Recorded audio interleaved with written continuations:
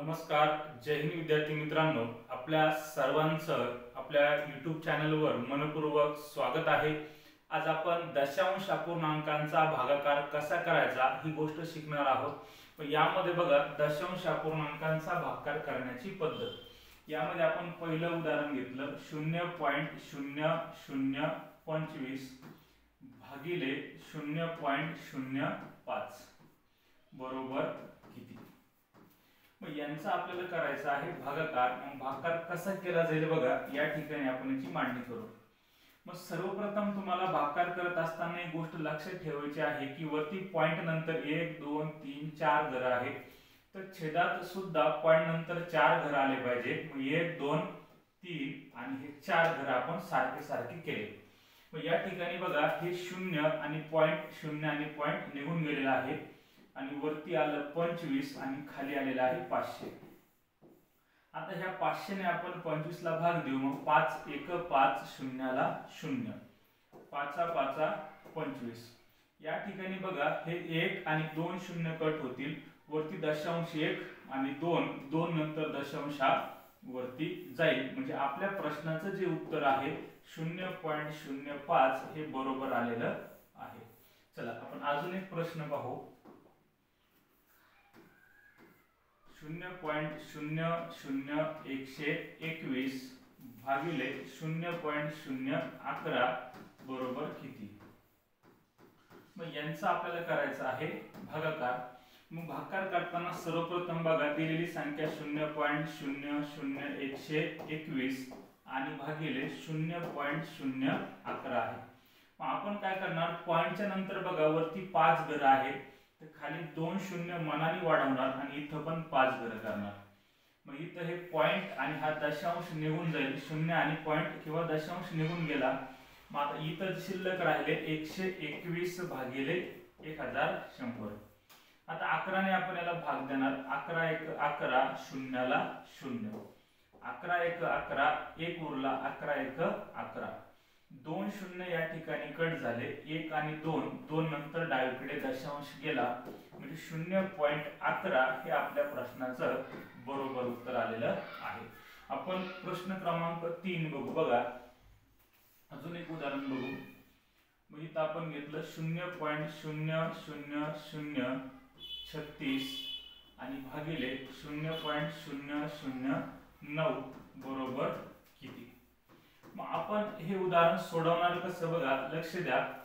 या ठिकाणी आपण दिलेलं उदाहरण जे आहे 0.00036 सर्वप्रथम जसं आहे तसं लिहिणार. त्यानंतर छेदामध्ये 0.009 लिहिणार. वरती पॉइंट नंतर बघा 1 2 3 4 5 घर आहेत, तर खाली सुद्धा 5 घर करणार. 3 घर तर ऑलरेडी पहिले आहेच, अजून 2 शून्य मनाने वाढवणार आणि इथं देखील दशांश नंतर 5 घर सारखी करणार. मग यामध्ये हे 0 आणि पॉइंट निघून जाईल, 0 आणि पॉइंट निघून जाईल. मग इथं संख्या तयार होईल 36 भागिले 900, 36 भागिले 900. मग आपण याला भाग देणार. 9 1 9 शून्याला 0 आणि 9 चौक 36. या ठिकाणी 1 आणि 2 शून्य कट होईल आणि 1 आणि अजून 1 2 नंतर दशांश येईल, म्हणजे आपल्या प्रश्नाचं उत्तर 0.04 हे बरोबर असेल. आपण अजून एक उदाहरण बघू. उदाहरण क्रमांक 4 0.000081 भागिले 0.0027 बरोबर किती. आता याची सर्वप्रथम मांडणी अशा पद्धतीने सुद्धा केली जाऊ शकते. बघा 0.000081 आणि छेदामध्ये 0.0027. आता पॉइंट नंतर बघा वरती 6 घर आहे, खाली 4 आहे, मनाने 2 शून्य वाढवा, वरतीही 6 घर होतील आणि छेदातही 6 घर होतील. मग या ठिकाणी बघा हे 3 शून्य आणि हे 3 शून्य कट करा. वरती संख्या तयार होईल 81 आणि खाली संख्या तयार होईल 2700. मग आपण याला भाग देणार. 27 1 27, 2 शून्याला 2 शून्य आणि 27 3 81. मग वरती आले 3 आणि छेदात आले 100. मग या ठिकाणी हे 2 शून्य कट होतील, 1 आणि 2, 2 नंतर दशांश येईल, म्हणजेच 0.03 हे आपल्या प्रश्नाचं बरोबर उत्तर असेल. अजून एक प्रश्न आपण या ठिकाणी बघू. प्रश्न क्रमांक 5 आहे बघा. 0.0009 आणि 0.000045 बरोबर किती? मग आता सर्वप्रथम दिलेलं जे उदाहरण आहे ते उदाहरण आपण जशाला तसं लिहून घेणार. या ठिकाणी 0.0009 आणि छेदात 0.1234 मग आता खाली बघा 2 4 6 घर आहे. वरती 2 आणि 4 अजून 2 वाढवले तर किती होतील? 6. म्हणजे दोन्ही ठिकाणी आपण सारखे केलेले आहेत. हे 0 आणि पॉइंट निघल, हे 0 आणि पॉइंट निघल. मग या ठिकाणी वरती संख्या तयार होईल 900 आणि खाली संख्या तयार होईल 45.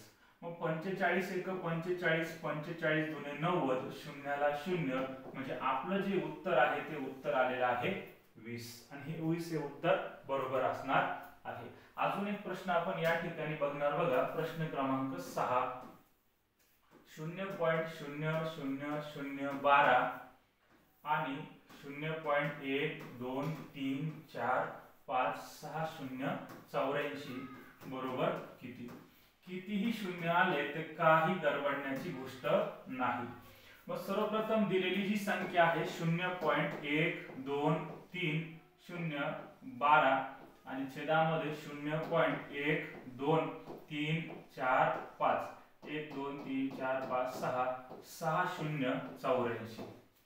आता बघा हे 2 4 6 8 वरती 2 4 5 6 7 8 म्हणजे आहे ते आपण सारखं मनाने केले, म्हणजे हा पॉइंट आणि शून्य निघून गेले.